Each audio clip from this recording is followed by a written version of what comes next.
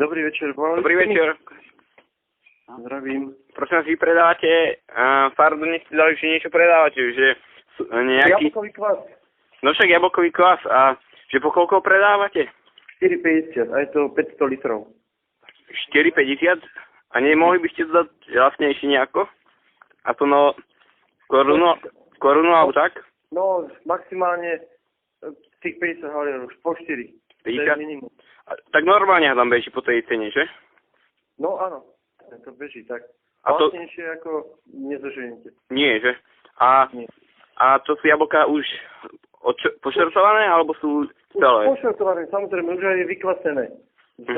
Môžete to aj teraz spaliť, alebo aj keď za 2-3 týždne nič sa tomu nestane. No, lebo veľa ľudí to tak robí, že nepošrotuje, jablká sú väčšie a dá to do súdu a povie, že je to 500 litrov.